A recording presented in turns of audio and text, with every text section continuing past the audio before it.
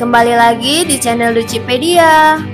Di video kali ini kita akan membahas tentang mitos-mitos dan cerita-cerita suku Dayak yang mendiami Pulau Kalimantan.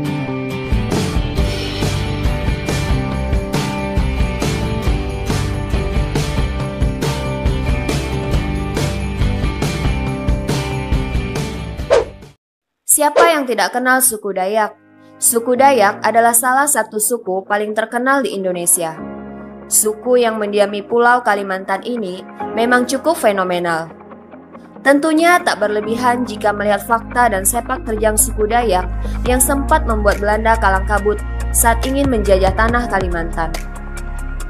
Suku ini sangat kaya akan budaya. Tak heran apabila membahas suku Dayak ini sangat menarik sekali. Karena banyak sekali mitos-mitos yang masih mengundang pertanyaan hingga saat ini. Nah, apa saja cerita-cerita dan mitos-mitos dari suku Dayak yang selalu dipertanyakan hingga hari ini?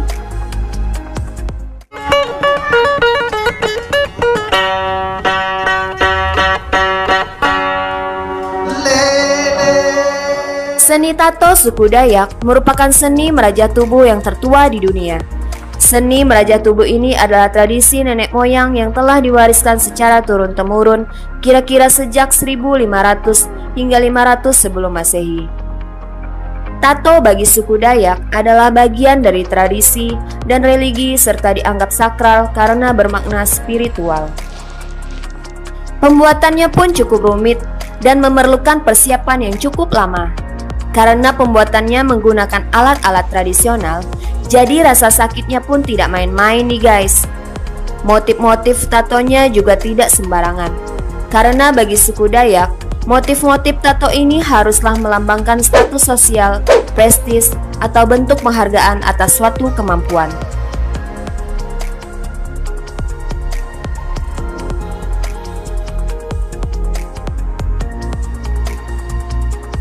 Mandau adalah senjata tajam panjang sejenis parang yang berasal dari kebudayaan suku Dayak di Kalimantan.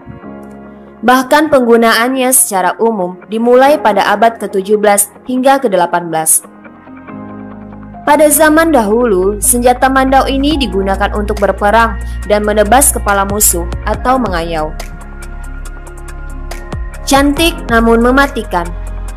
Itulah julukan yang pas untuk senjata yang satu ini. Dua hal yang bertentangan terkemas rapi pada senjata mandau ini. Penampilan fisiknya bahkan bisa mengalahkan katana orang Jepang nih guys. Tak seperti pedang-pedang tradisional lainnya, mandau benar-benar dikemas dengan sangat cantik. Mulai dari pegangan, sarung, hingga bilahnya mempunyai detail dan ukiran-ukiran indah khas suku Dayak. Dari segi kegaharannya pun tak perlu diragukan lagi. Mandau ini sangat tajam. Terbukti dari catatan sejarah tradisi memenggal kepala suku Dayak yang menggunakan mandau ini sebagai senjatanya nih guys.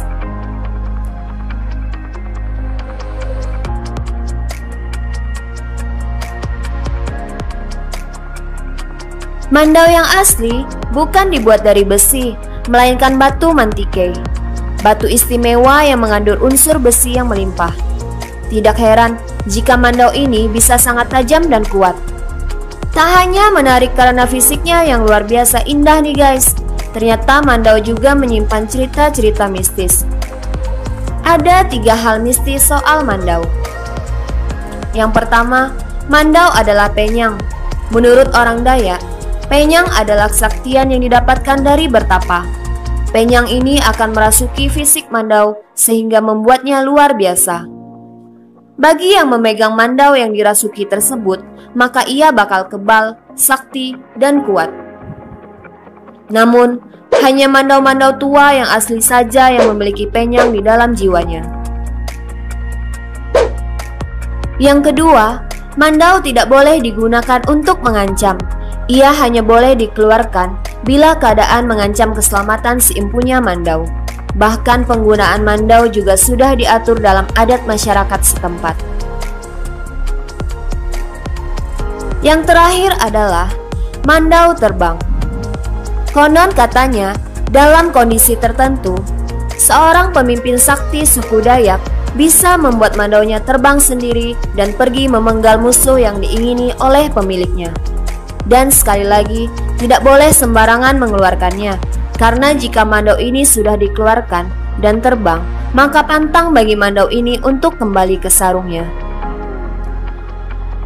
Konon juga beredar cerita bahwa hanya Panglima yang bisa menerbangkan mandau ini. Ada pula yang mengatakan bahwa roh Panglima burunglah yang merasuk ke mandau terbang ini. Memang sulit untuk dipercayai sih guys, namun rumor mandau terbang begitu populer di tanah Kalimantan.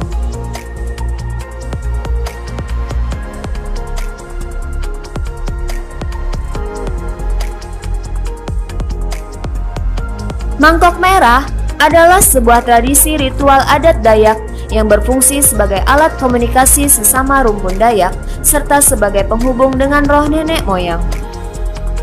Pada awal mulanya, adat ini bernama Mangkok Jaranang.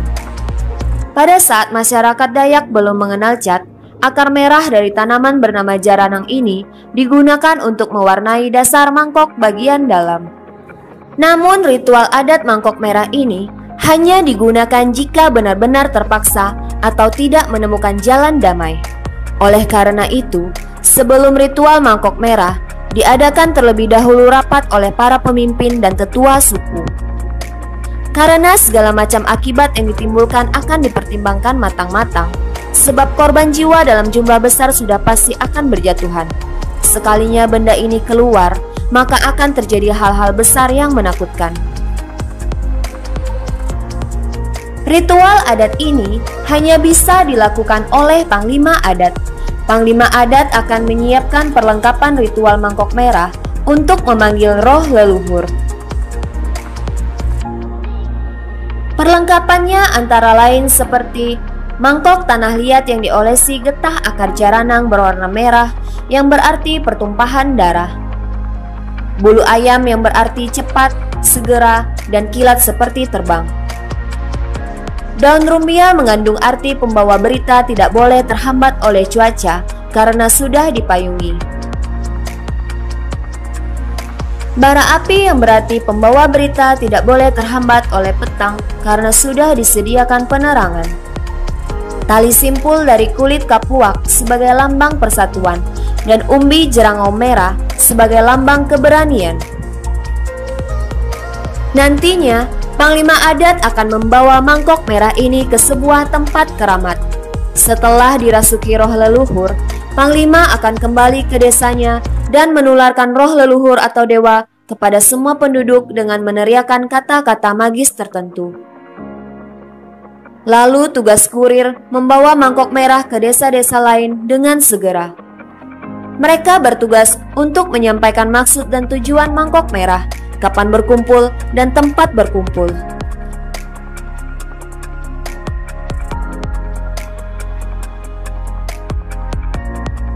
Konon katanya, masyarakat Dayak yang di bawah pengaruh magis ritual ini akan kebal senjata, tahan tidak makan sebulan, dan bisa bergerak cepat di dalam hutan.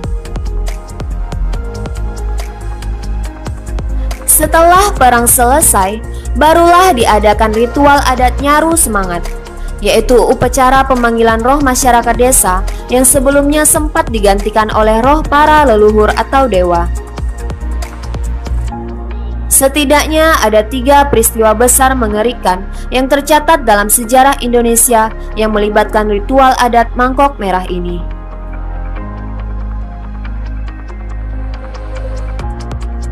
Karakter burung enggang yang santer disebut Panglima Burung ini memiliki simbol kebesaran dan kemuliaan suku Dayak. Masyarakat Dayak sangat menghormati dan mensakralkan burung ini. Tidak heran jika kita kerap melihat ukiran-ukiran di rumah adat, di perisai, di baju, di tato, bahkan patung burung langka ini di Kalimantan. Burung enggang dikatakan keramat karena konon katanya burung ini adalah jelmaan dari Panglima Burung. Selain itu, burung ini memiliki karakter yang istimewa.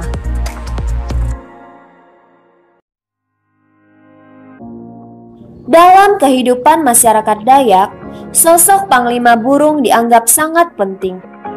Ia adalah pahlawan yang akan membantu orang-orang Dayak menyelesaikan masalah pelik yang berat.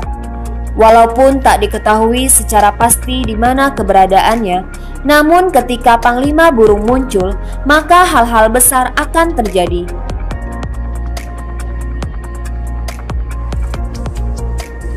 Burung Enggang hanya hinggap di tempat tinggi, layaknya seorang pemimpin yang selalu berada di tempat tinggi.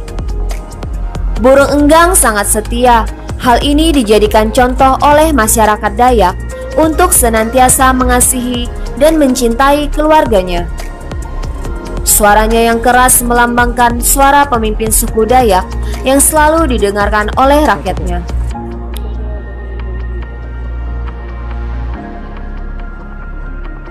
Banyak yang mengatakan bahwa Panglima Burung adalah sosok gaib yang dipanggil melalui ritual. Dikatakan pula bahwa sosok ini mendiami pedalaman hutan Kalimantan dan memiliki sifat yang sangat baik. Namun sosok baik itu akan berubah menjadi kejam jika dia merasa adanya ancaman atau suatu bahaya yang menyangkut pautkan anak cucunya, yaitu suku Dayak. Panglima Burung hanya bisa dipanggil dengan ritual adat mangkok merah. Jika sudah diadakan, maka ritual tidak bisa dibatalkan dan pastinya memakan banyak korban jiwa. Konon, sosok Panglima Burung ini juga memiliki kemampuan legendaris, seperti bisa menerbangkan mandau yang akan memburu korbannya sendiri, bisa mencium bau musuh hanya dari aroma dan darah, dan diceritakan pula bahwa Panglima Burung ini kebal terhadap senjata apapun.